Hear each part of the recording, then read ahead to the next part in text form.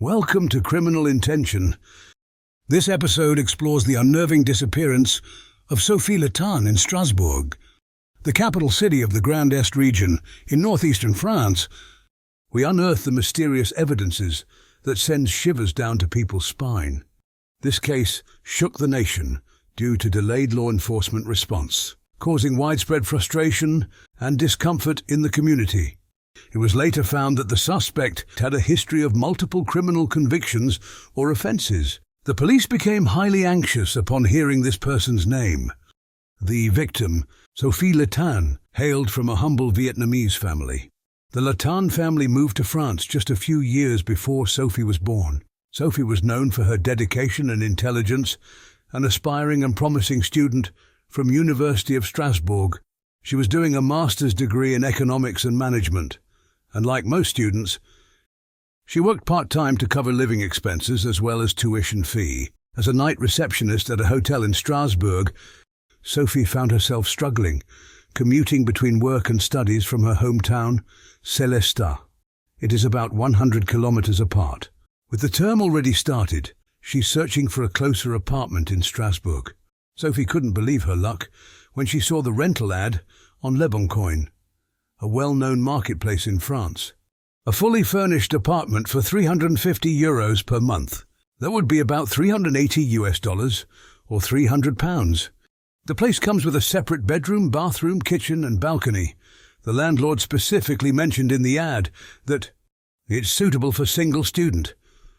It seemed to be a very decent offer, and Sophie scheduled an appointment with the landlord right after. It wasn't through an agent, and the landlord was a private individual. That's all she had told her friends and family. The man had made a good impression on her during their phone conversation, and Sophie didn't suspect anything and planned to view the apartment alone. It sounded too good to be true, isn't it? Just like anyone. Sophie also appreciated the opportunity to save money. Friday, 7th September 2018 at 8 a.m. That day was Sophie's birthday. While she was excitedly receiving messages from family and friends celebrating her special occasion, she was also looking forward to viewing a rental flat. Yes, the one for €350 per month. Sophie thought this would be a good milestone to remark for her 20th birthday. The booking was scheduled at 9 a.m, so Sophie had to leave right after from her overnight shift. Then she planned to take a nearly 2 hours long bus ride back home in Célestat, where is about 100 kilometers away from Strasbourg. The family has arranged a birthday lunch for Sophie, and she was looking forward telling them the possibility of renting the apartment.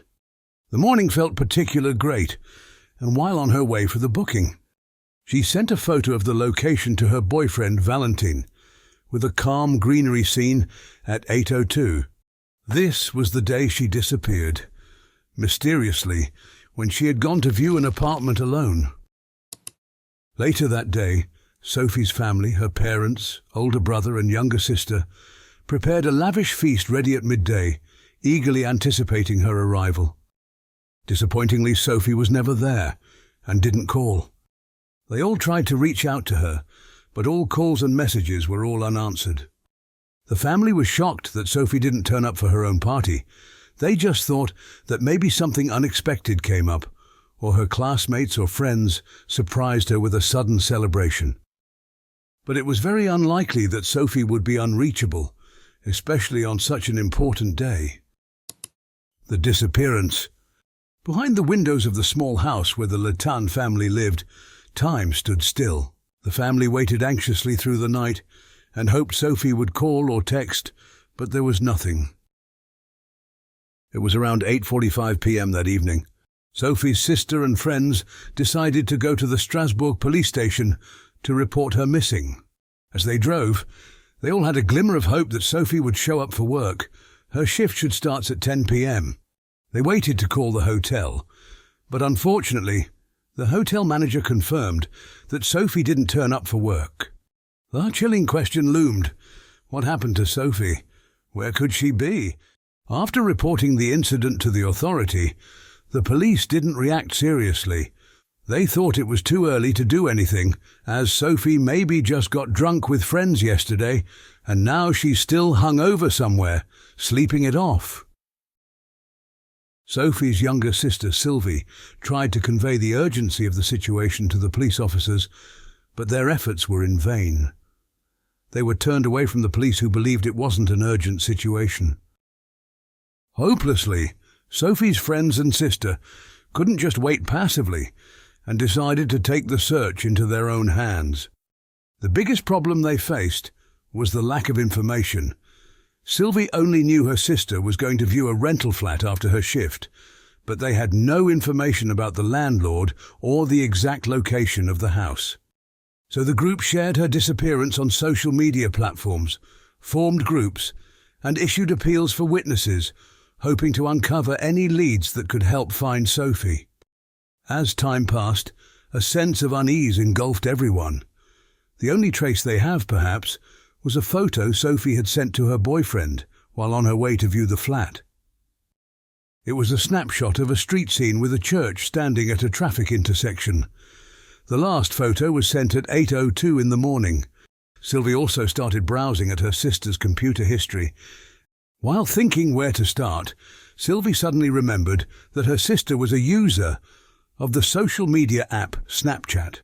One moment of relief was provided by the app, includes tracking features, and found that Sophie's phone was last online at 8:45 in the morning at the address 54 Bishviller Street.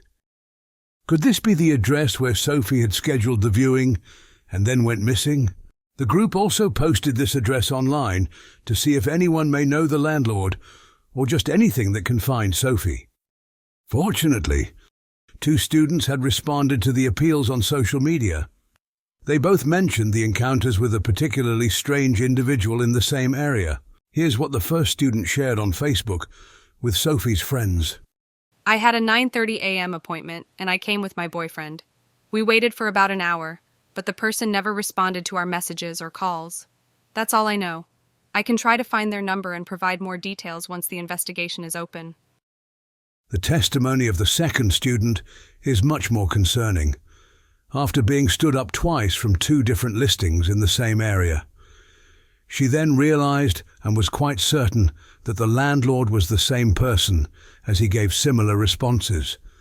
This individual seemed particularly shady and asked probing questions during their phone conversations. The second student also wrote, I tried to coax more information out of him and better understand the reasons behind his behavior. I even wanted to meet him in person, but he was suspicious. Still, we talked for a few days, and he started messaging me every day, wanting to meet up. Eventually, I gave up and decided not to go to the meeting, then blocked the number. The phone conversations with this person left a bitter taste in my mouth and gave me chills. After feeling stunned from what they heard, the family couldn't wait a moment longer and decided to head down to 54 Bishviller Street as soon as possible. Interestingly, both students provided the address where the man claimed to want to meet them, 23 Rue des Chasseurs, not far from where Sophie's phone was located. There is a 100-meter distance between 54 Route de Bishviller and 23 Rue des Chasseurs. It's very, very close, with just one perpendicular street separating the two. In 54 Route de Bishviller, when Sophie Le Tan arrived with her friends, they found that there were 140 residents at the address. They went from door to door with Sophie's photo and asking if anyone had seen her. At this point, nobody could recall seeing Sophie at all. Soon after, Sophie's father joined them and helped to observe the actions and behaviors of the residents, hoping to find a clue that could move the investigation forward. Without any new info, the group started to become paranoid once they considered anyone crossing the street as a potential suspect. Valentin even followed a man who was going to get a baguette from the bakery. The level of paranoia was overwhelming for everyone. Their optimism was slowly being replaced by growing despair. After hours of searching, they only managed to speak to 40 residents. Unfortunately, they didn't find anything useful. The remaining 100 occupants didn't answer their doors. Could the secret of Sophie's disappearance be hidden? Where might someone conceal Sophie? As time was ticking away, the Le Tan family found themselves in dire straits, their urgent need for police assistance growing more apparent by the minute. Monday, 10th September 2018. Sophie's family finally received attention from the police, with priority for Sophie's disappearance, leading to an investigation being opened by Strasbourg's public prosecutor. This inquiry focused on potential abduction and sequestration. 2 young women were interviewed and gave their statements, along with responses to a missing person Facebook post. The team quickly realized that there were numerous common factors with those listings.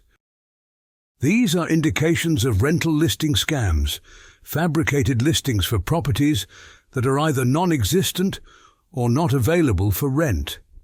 The lack of transparency raised doubts about the man's identity and motive.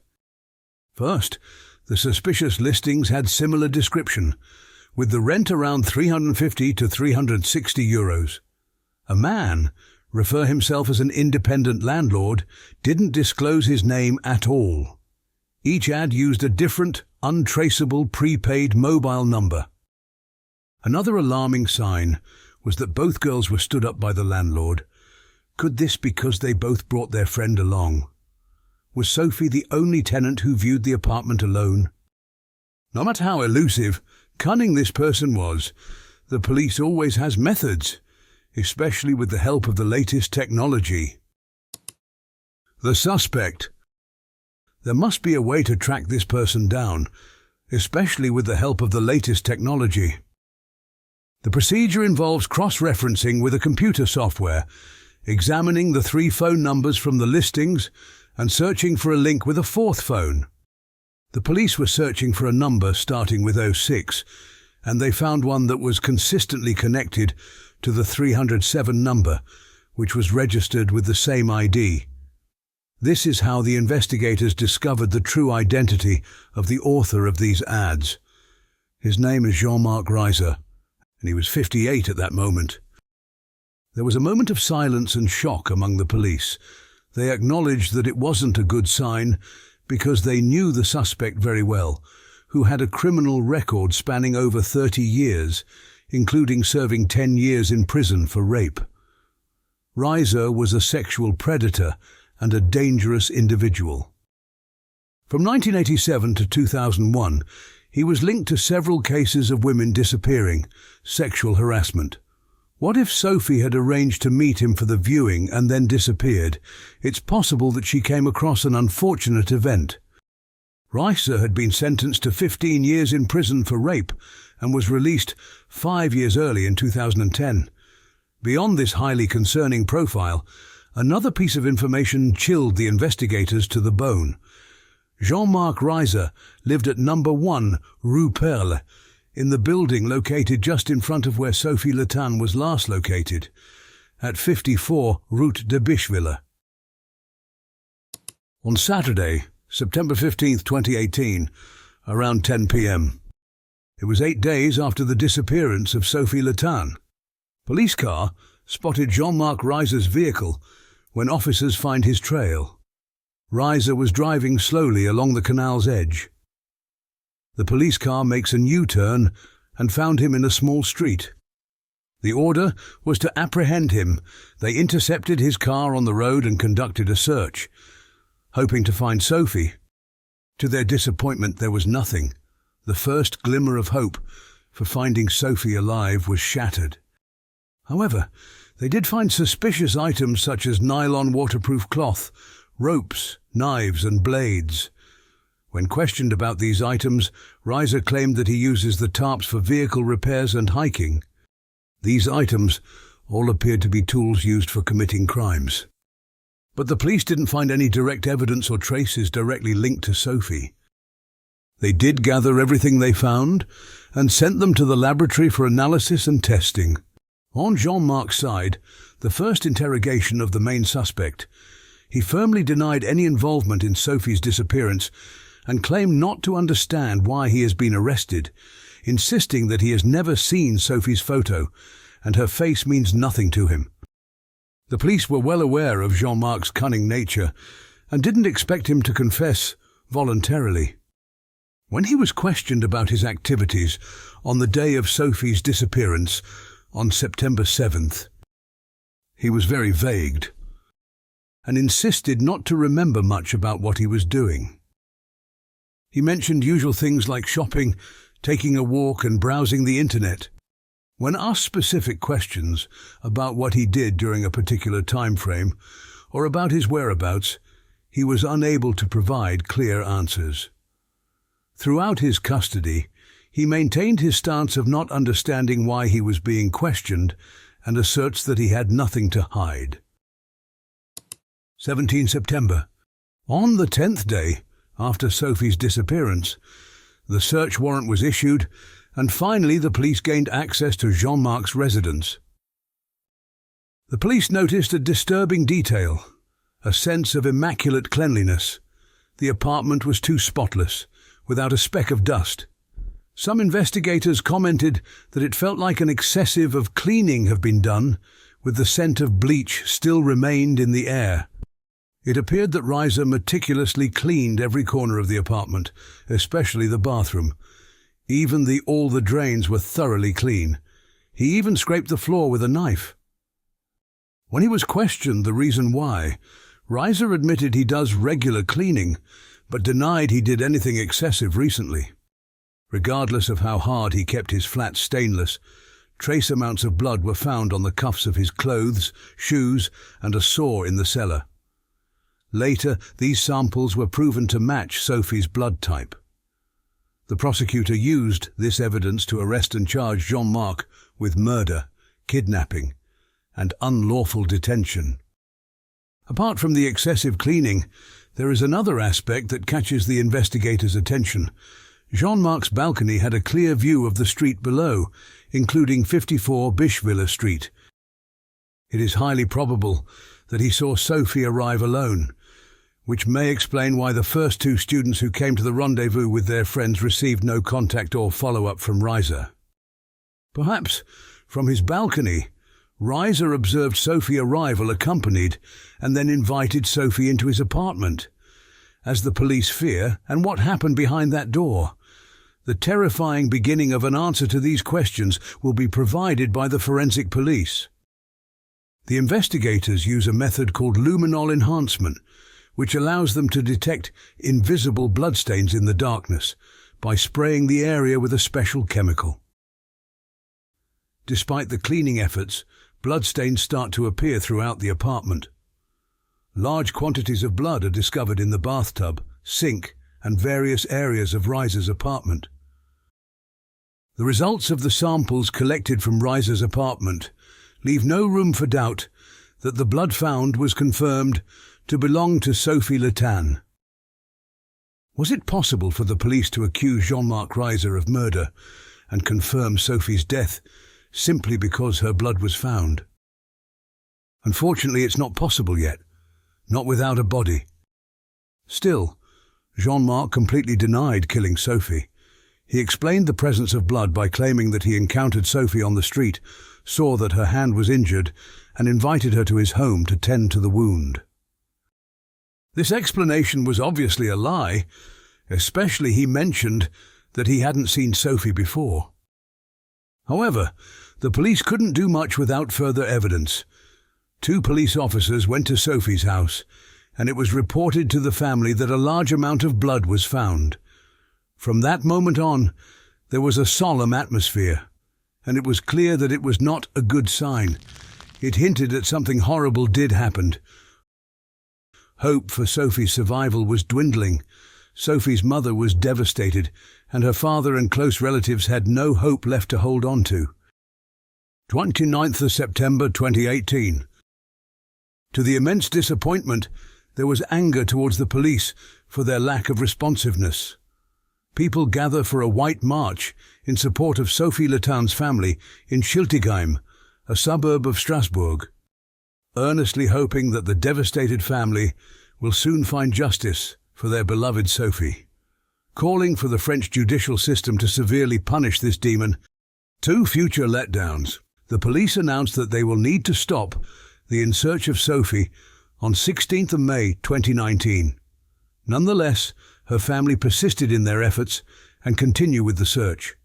A few volunteers who will go to the wood with the Le Tans, hoping to locate her and seek justice for her. Jean-Marc Reiser. He was no ordinary landlord. He had an extensive criminal history. These could way back to 1987, when infamous Jean-Marc surprisingly had a decent professional background and an impressive academic record. He worked as a postal worker and later graduated from the Strasbourg School of Public Administration. After graduation, he became a civil servant and was responsible for student scholarships at the Strasbourg Education Bureau. In the eyes of his colleagues, they did notice his awkward side. Some will even use the word perverse. He frequently harassed female colleagues and was a repeat offender. His neighbours also expressed their discomfort and a chilling feeling about Jean-Marc. One female neighbour told the media, "Every time I met him in the elevator, his gaze scared me." The arrest of Jean-Marc Reiser on 18 September 2018, this case gained national attention, and the media started questioning who Jean-Marc Reiser was. It was at this point that another missing case resurfaced 30 years later. It was the disappearance of Françoise Aumont, a 23-year-old woman, and this reignited the pain for another family. When Françoise's sister, Isabelle, read the article with the headline of "Disappearance of Sophie Le Tan" and saw the name Jean-Marc Reiser, when she noticed the mention of Françoise and felt a sense of panic. She couldn't believe what was happening again and didn't quite understand why Jean-Marc Reiser was in the news. For the Aumont family, the shock was immense, because they had always believed that Reiser was responsible for Françoise's disappearance, even though he had been cleared by the justice system. Did Jean-Marc manage to get away from all his crimes? What happened to Françoise Aumont? In 1987, 8th of September, a 23-year-old girl named Françoise, who worked as a door-to-door vacuum cleaner salesperson, made her visit to Jean-Marc's apartment in another district. Then she was never to be heard again. Jean-Marc was also the prime suspect at the time, and when the police searched his residence, no evidence of the homicide was found, just an impeccably tidy and cleaned apartment. The DNA technology was not available in those days, so they couldn't find conclusive evidence. Unfortunately, due to lack of supporting proof, Jean-Marc Reiser was released. An unexpected turn happened in 1997, when Jean-Marc Reiser, then 37 years old, was driving his vehicle and was stopped by customs officers. Upon searching his car, they discovered more than a few of astonishing things that will need further questioning. The detective recalls from memory that they found a pistol with 4 loaded bullets, a sawed-off shotgun, a switchblade knife, a scalpel, an item not commonly found in the hands of someone unrelated to medicine, and various ropes. One of the ropes had a handle, resembling a tool used for strangulation. They also found an anesthetic product. Most significantly, 6 photographs of women who appeared to be asleep. Each photograph depicted a naked woman who appeared to be asleep or unconscious. The relaxed posture of their bodies suggested that they may have been drugged. The photographs depicted horrific scenes, and there were sexual details that I'll spare you from. These photographs bordered on the realm of torture and barbarity. The police sought to determine if any of the women depicted in the photographs could be Françoise Aumont, the young vacuum cleaner sales representative who had disappeared after entering the suspect's apartment in 1987. In December of 1997, the Strasbourg Judicial Police contacted Isabelle Aumont, Françoise's sister, requesting her presence. They informed her that there were significant developments regarding the case. Isabelle was asked to go to the police station to identify a surface that she might recognize as her sister's body in the photographs presented to her. Isabelle couldn't recognize if her sister was in any of the pictures but she had a terrifying sense that something was amiss. Isabelle felt a conviction that Jean-Marc Reiser was involved, even though he denied any responsibility for Françoise Aumann's disappearance. For the photos found in his car by the authorities, Reiser claimed they were all fabrications. When the investigators presented the pictures to women who had contacted with Jean-Marc Reiser, one of them recognized an ex-girlfriend of his among the images.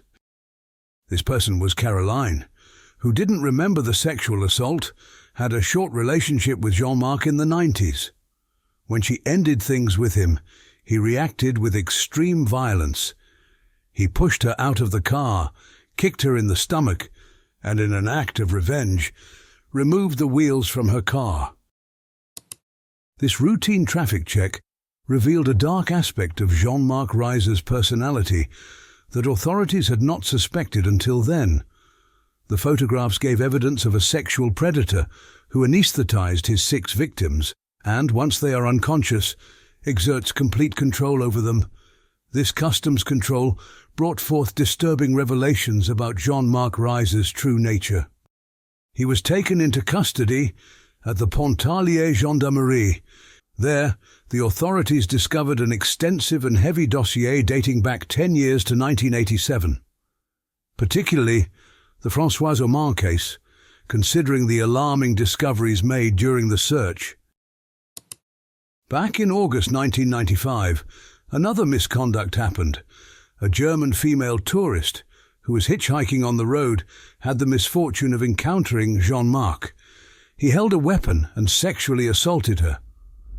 The young woman stated that Reiser had threatened her with a knife, and she believed he was going to kill her. She knew that if she refused or said no, he would end her life. This case was later brought to trial in 2001, and Jean-Marc was sentenced to 15 years for his crime. However, he was released after only serving 10 years in prison. Jean-Marc Reiser displayed an incredible cold-bloodedness and reflexes. The German hitchhiker managed to identify him formally, and investigations revealed that he was on vacation in the area at the time of the incident. However, Reiser never admitted to any of the crimes, whether it was the assault on his ex-girlfriend or the young German woman. He refused to acknowledge any involvement. On 23 October 2019, a community search that went to the forest, where Jean-Marc was known to take frequent hikes. They found Sophie's body in the forest of Rochem, about 40 kilometers from Strasbourg. Françoise Aumann's family also later went into the forest in hope to find her, but there isn't any further update. 27 June 2022, Jean-Marc Reiser is charged with murdering Sophie Le Tan in 2018. Her body was found after more than a year, and it took over 2 years to bring this monster to justice. Throughout the trial, Reiser continuously showed his twisted nature towards women, including to one of the investigator and his former girlfriend. Finally, 5 July 2022, the court delivered its verdict. The defendant, Jean-Marc Reiser, was sentenced to life imprisonment without the possibility of parole for 22 years, and he was ordered to pay €435,000 in compensation to the victim's family. This essentially meant that Reiser will be spending the rest of his life in prison. In France, where the criticism of low criminal costs is rampant, it could be considered as a heavy sentence. It was later in 2020, Jean-Marc Reiser confessed and admitted the murder of Sophie, but insisted this was an accident.